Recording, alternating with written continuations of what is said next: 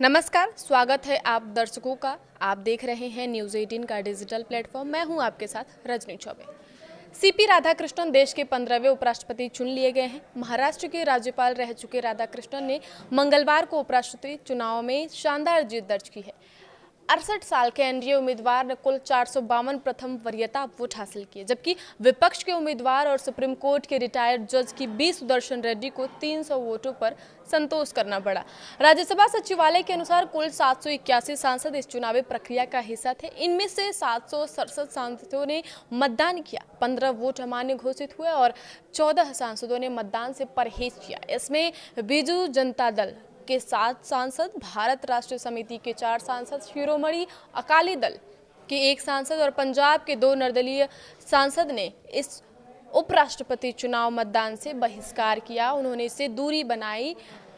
उपराष्ट्रपति चुनाव में डाले गए 15 वोट अमान्य पाए गए। वैसे काउंटिंग शुरू होने से पहले एनडीए की ताकत संसद में 427 वोटों की गिनती मानी जा रही थी, लेकिन नतीजे आने पर राधाकृष्णन के खाते में 452 वोट आए। माना जा रहा था कि एनडीए को वाईएसआर कांग्रेस का समर्थन मिलेगा, जिसके 4 सांसद लोकसभा में और 7 राज्यसभा में हैं। ऐसे में एनडीए का आंकड़ा 438 पर पहुंचता, लेकिन अंतिम नतीजों में 14 अतिरिक्त वोट मिले। केंद्रीय मंत्री पीयूष गोयल ने एक टीवी चैनल से बातचीत में कहा, एनडीए की ताकत 427 पर थी, लेकिन हमें 25 अतिरिक्त वोट मिले। यह दिखाता है कि प्रधानमंत्री नरेंद्र मोदी की नीतियों और नेतृत्व पर विपक्षी सांसदों को भी भरोसा है।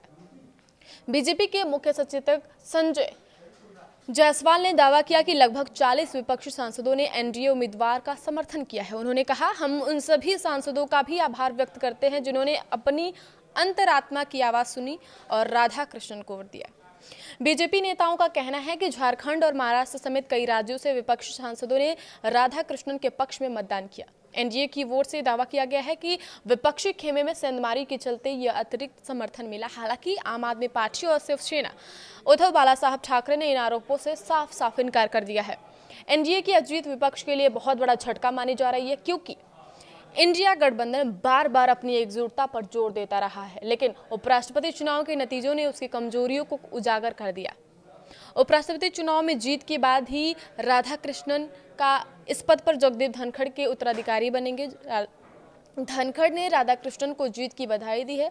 जुलाई में अचानक इस्तीफा देने के बाद धनखड़ का यह पहला सार्वजनिक बयान था, जिसमें उन्होंने कहा कि राधाकृष्णन के विशाल अनुभव से उपराष्ट्रपति का पद और अधिक गौरव हासिल करेगा। राधाकृष्णन को लिखे पत्र में धनखड़ ने कहा कि आपका इस गरिमामय पद पर चयन हमारे राष्ट्र के जनप्रतिनिधियों के विश्वास और भरोसे को दर्शाता है। आपके सार्वजनिक जीवन के लिए विशाल अनुभव के चलते आपके नेतृत्व में यह पद निश्चित ही और अधिक श्रद्धा व गरिमा प्राप्त करेगा। ध्यान दिला दें कि जगदीप धनखड़ ने 21 जुलाई को स्वास्थ्य कारणों का हवाला देते हुए अचानक उपराष्ट्रपति पद से इस्तीफा दे दिया था, जिसके बाद नए उपराष्ट्रपति चुनाव कराए गए और राधाकृष्णन इस पद पर उनके उत्तराधिकारी बने। अब नए चुने गए उपराष्ट्रपति जाने के बाद पहला बयान आपको हम सुनाते हैं। क्या कह रहे हैं भारत के 15वें उपराष्ट्रपति CP Radhakrishnan. It is a victory for every Indian that we all have to work together. If India, we have to develop Viksit Bharat by 2047 means we should not do politics in everything. We have to forget, once the election is over, we have to forget the politics and we have to concentrate on the development. उपराष्ट्रपति चुनाव में NDA के विजयी उम्मीदवार CP Radhakrishnan ने कहा कि अगर हमें 2047 तक एक विकसित भारत बनाना है तो हमें हर चीज में राजनीति नहीं करनी चाहिए। चुनाव खत्म होने के बाद हमें राजनीति भूलकर विकास पर ध्यान देना होगा। इस नए पद पर मैं अपना सर्वश्रेष्ठ दूंगा। लोकतंत्र में सत्ता पक्ष और विपक्ष दोनों महत्वपूर्ण हैं। लोकतंत्र के हित का ध्यान रखा जाएगा। दूसरे पक्ष ने कहा कि यह वैचारिक लड़ाई है, लेकिन मतदान पैटर्न से हम समझ गए हैं कि राष्ट्रवादी विचारधारा ने भारी जीत हासिल की है। आगे की खबरों के लिए आप देखते रहिए न्यूज़ 18 का डिजिटल प्लेटफॉर्म। धन्यवाद।